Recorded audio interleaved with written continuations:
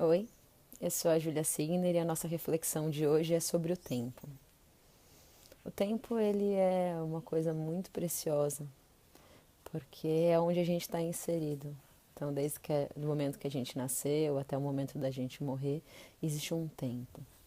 E dentro do tempo existem os ciclos, né? Tem muita gente que fala desse ciclo de 7 anos em relação à vida, esse ciclo de 14 anos, 21, 28, né? Os chineses falam de ciclos de 12 anos, né? A cada 12 anos se passa por um ciclo e assim vai. O nosso próprio ano ele é determinado em 12 meses, de novo um ciclo, né? Então, o que é esse bando de ciclo, né? E aonde eles ficam, que é no tempo. Então, é legal a gente perceber que a vida ela tem esses ciclos, né? É como se fosse uma espiral, que a gente sempre pode ir ascendendo nessa espiral, ou descendendo nessa espiral, ou rodando em círculo, né? Que a própria expressão já mostra que é não sair muito do lugar. Mas todas elas pressupõem a gente entender que a gente está dentro do tempo. E esse tempo é o que a gente tem de mais precioso, porque ele é o que faz a gente poder existir. Sem o tempo, a gente não tem existência, né? E ainda dizem que esse tempo, dessa maneira que a gente vivencia, é só aqui. E se a gente for pensar, né, o tempo das abelhas são muito diferentes do nosso tempo, né? A gente fala, nossa, a abelha vive pouco, né? Eu nem sei quanto tempo a abelha vive, mas com certeza não é muito, né? No máximo um mês, no mínimo alguns dias, assim, né? Eu não sei, eu posso estar falando besteira para algum especialista de abelha, mas eu sei que em relação à vida humana é pouco. Só que talvez a abelha não ache a vida dela pouco tempo, né?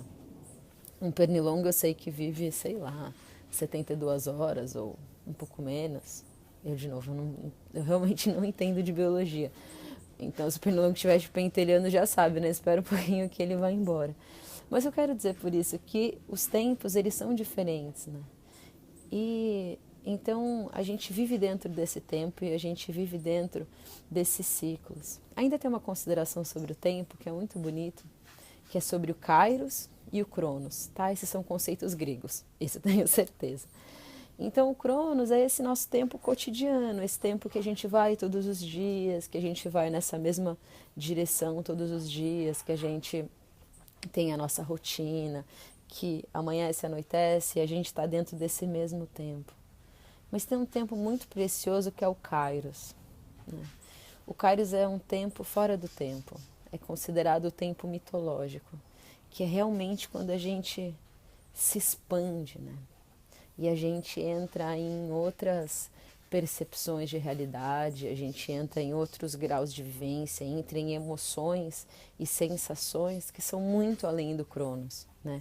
Que quase não cabem no Cronos, são experiências de vida que precisam da eternidade para elas poderem existir. Tudo isso dentro do tempo, né? E como você vai administrar o seu tempo, né? O tempo que você tem, porque é algum tempo que a gente tem. E como você administra ele, né? O que de melhor você pode fazer com o seu tempo, com aquilo que você tem naquele momento? O tempo, ele é por demasiado precioso, né? E você aprende a respeitar o seu próprio tempo, né? O seu tempo, ele não é balela, né? O seu tempo, ele não é uma coisa que pode, meu tempo pode ser desperdiçado. Imagina, de jeito nenhum, o seu tempo é sua vida, né? O seu tempo é sua energia vital, o seu tempo é o seu plano onírico, né? Tudo isso é o seu tempo.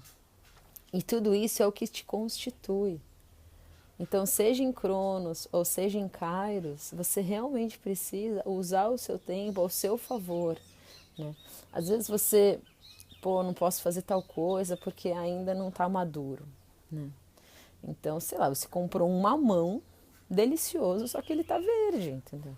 Você esperar o tempo do mamão amadurecer, não tem o que você fazer, entendeu? Precisa desse tempo para o mamão amadurecer. E daí você come um mamão doce, porque se você comer antes, né, tem até aquele dito das vós, né? Quem é apressado come cru e quente, né? Na hora de cozinhar. Eu adoro esses ditos de vó, porque eles são uma sabedoria singular mesmo. Então, dessa forma, você entende que o tempo do amadurecimento das coisas existem, até das suas próprias coisas, né? Uma emoção, ela precisa de um tempo para ser amadurecida, né? Uma emoção, ela precisa de um tempo para ela poder ser, né? Às vezes você começa a trabalhar com uma coisa, mas até você ser aquilo que você está trabalhando de fato, né? Sou um dentista, né? Tá, mas nos primeiros dias de consultório, às vezes no primeiro ano de consultório, você está lá operando os dentes, mas você ainda não é um dentista, né? Você se torna um dentista com o tempo, quando aquilo se amadurece. Pá, eu sou um dentista agora, né? Então, observar um pouco o tempo, né? E eu estava falando do tempo de espera. Cuidado com as esperas, né? Porque você não pode gastar o seu tempo esperando, né? Você pode observar um amadurecimento, que é diferente de esperar, né? Você observa o tempo passando, que é diferente de esperar, né?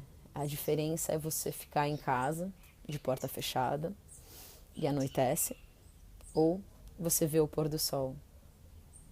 Essa é a diferença. Muito obrigada por terem me escutado.